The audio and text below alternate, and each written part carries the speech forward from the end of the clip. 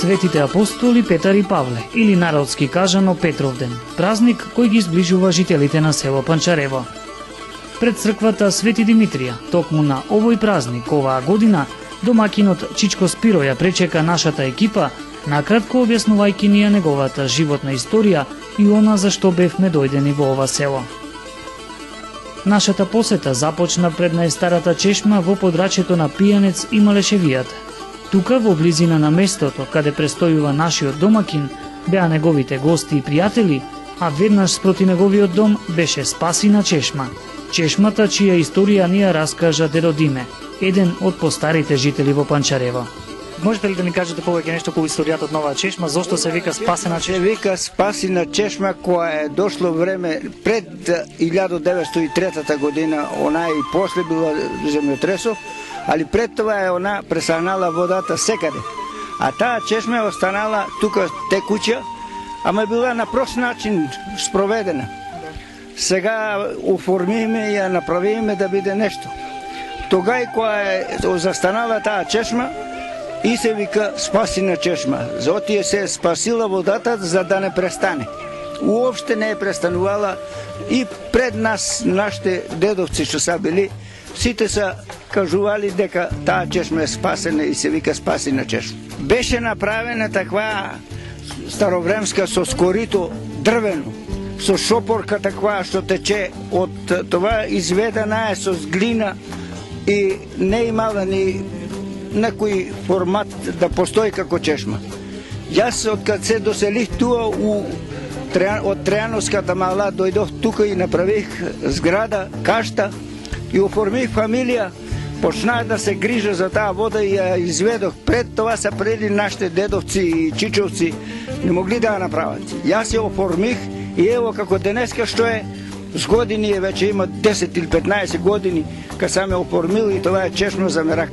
Тука се доложа и од Треботивишта и од други села пълнат вода, таа вода е таква што демек порна е каква листерска. И така користиме и ден денеска и за прање и за се. Се надам дека оваа чешма ќе граѓаните на Делчево и пошироко ќе можат да ја видат и ќе ја посетат. Ви благодарам за разговорот и уште многу години да ви служи оваа чешма. Да сте живи и здрави со посетата што ни дојдовте, нека сте живи и среќни и пофидни, не да се видиме секој пат.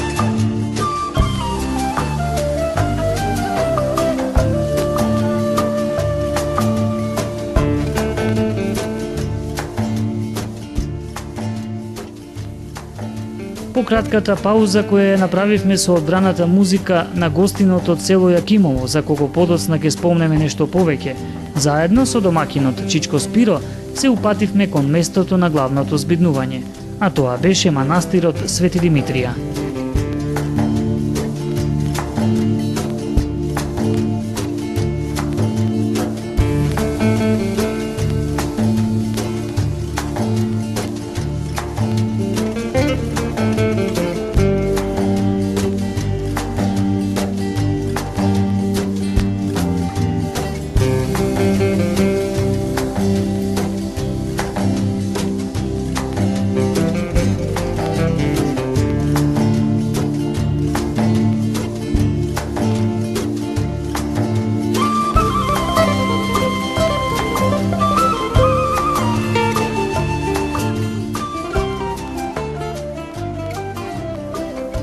Прво што забележавме беа котлите со месо за граѓаните кои се очекуваа да надојдат во попладневниот дел од денот.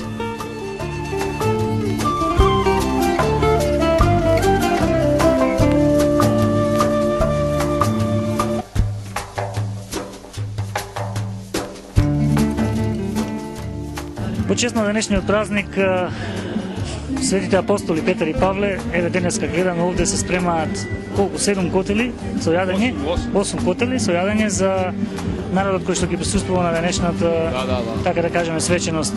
Колку луѓе учествувате во подготвувањето на ова јадење и што ќе биде специјалитет на денот? Па што да ти кажам, учествуваме до 15 до 20 луѓе учествуваат, тоа овие што се по крај тоа во целото. И останаше и селни јуни доваѓа исто. Колку време е потребно да се приготви храна за луѓето кои што ќе пристигнат денеска од дека манастирот Свети Димитрија? Сабале зафанеме од 7-8, па до 3-4 ќе биде готово. Што е главното јадење за денес? Главното јадење денеска е обично чорба јадење. Значи има повеќе видови. Колку време трае оваа традиција? Дали секоја година вие сте задолжени за приготвувањето на ручекот? Тоа сме го наследили од нашите постари и така ние исто го одржаваме оваа традиција. Да. Еве ќе имаме можност подоцна да пробаме дали ќе биде вкусно. Јас ви посакувам. Почекате, ќе видите, сигурно ќе биде вкусно.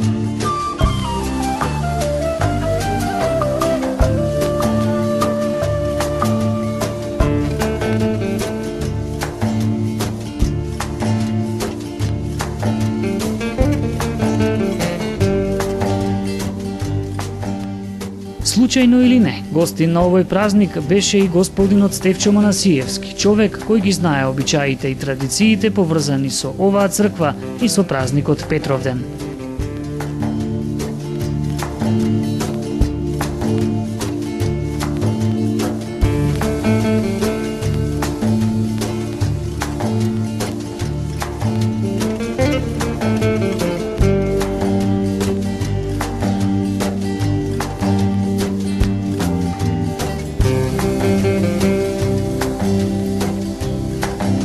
Петровден е многу убав празник, христијански, а и селски празник.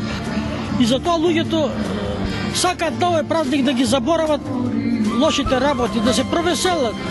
Од кога оваа традиција се спроведува овде? Таа традиција овдека е вековна и се спроведува пред храмот или како што викаме ние обично пред црквата Свети Димитрија во село Панчарево. Храмот Свети Димитрија е средновековен храм и бил направен од дрво.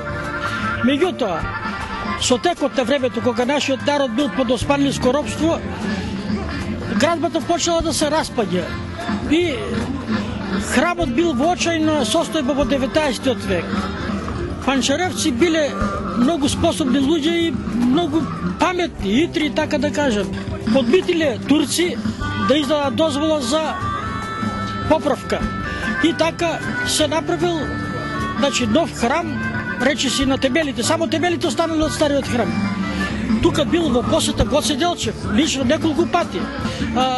Храмот Свети Димитрија можеме да го сметаме тука и како важно место за созданието на нашата држава сега.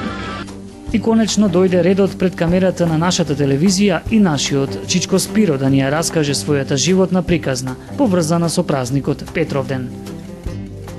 Како наш домакин, благодарам за убавиот пречек што досега ни го приредивте и да ни кажете нешто повеќе за ова што се случува денеска тука. Сакајќи на сите да им се заблагодарам што се дојдени тука и посебно на вашата куќа што има желба да